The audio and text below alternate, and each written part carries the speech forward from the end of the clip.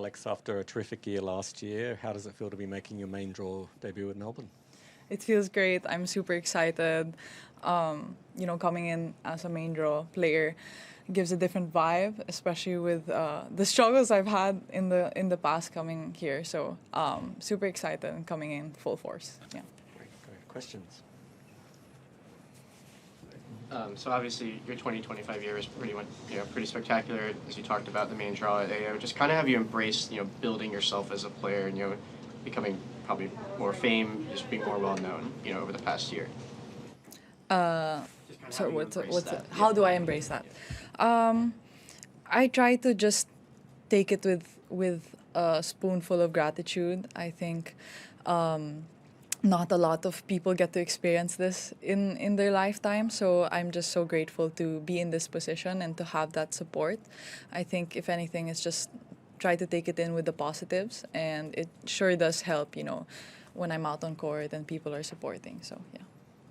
Talking about just came off of Auckland, a pretty solid run there. Just after an off season, how good was it to go pretty far in Auckland, and how are you feeling, with those matches done, heading into this tournament?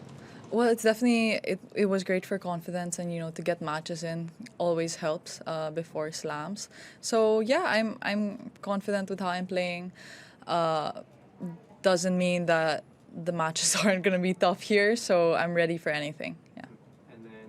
I know, obviously, you'll hopefully be here into the second week, but the week after, there'll be the first tour stop in Manila, first tournament in your home country. Just talk about, what it means to have the WTA Tour go to Manila. It's a 125, but, obviously, I hope, you hope that you're going to be here the second week, but just talk about, that tournament.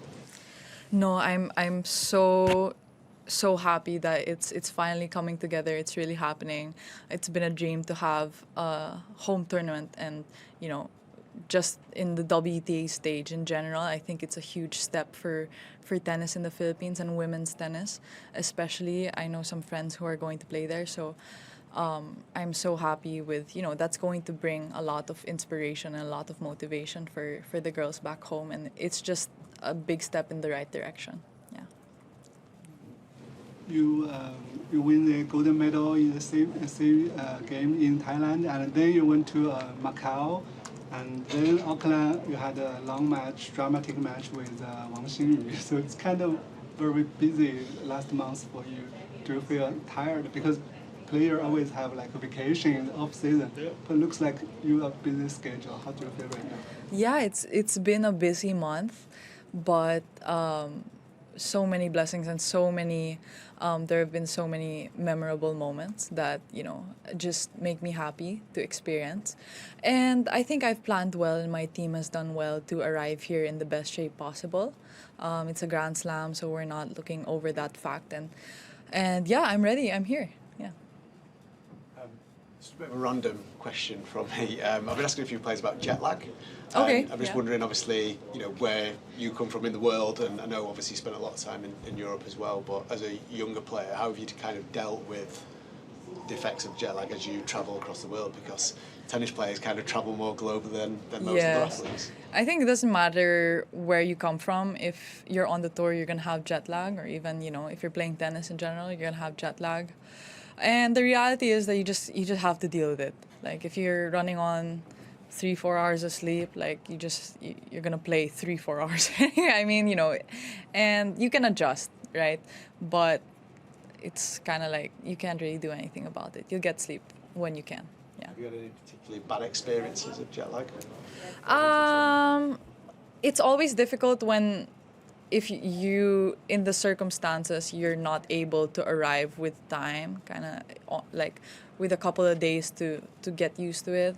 Let's say, like, if you go to the US and you had a tournament in this area of the world and you went far, there's always, sometimes there have been experiences like that. But at the end, it comes with the job, and it's not something you can really control. So yeah, the reality is that you just have to suck it up sometimes. Yeah. I suppose it gets easier the more you climb up the rankings, because you're not going as much from, I don't know, tournament in this place and a tournament in that place, when you're coming up on the lower tours. Yes, that's one angle, but it's very circumstantial, I would think. Doesn't matter whether you're number one in the world or 200. encounter these sorts of challenges. Yeah. So just one final one for me. Any tips or techniques that you use to get over jet lag? I try. It's very important for me the first day to just stay up as long as you can until it's time to go, or when you're on the plane, just try to look at adjust your clock already to where you're going. Yeah, that's what I would say. Yeah. What were your thoughts about the 1 point slam? I thought it was so fun. Everyone said great things about it. And maybe, next year or whenever I will be able to play, hopefully. Yeah. Serve or receive? I'd probably receive, because the pros get only one serve, right? Yeah, I'd probably receive. What can you say about the Filipino fans here in Australia? I know you competed in the Kuyong Classic this week.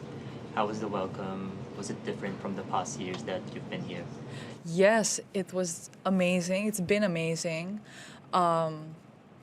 In this part of the world, there are a lot of Filipinos, I know.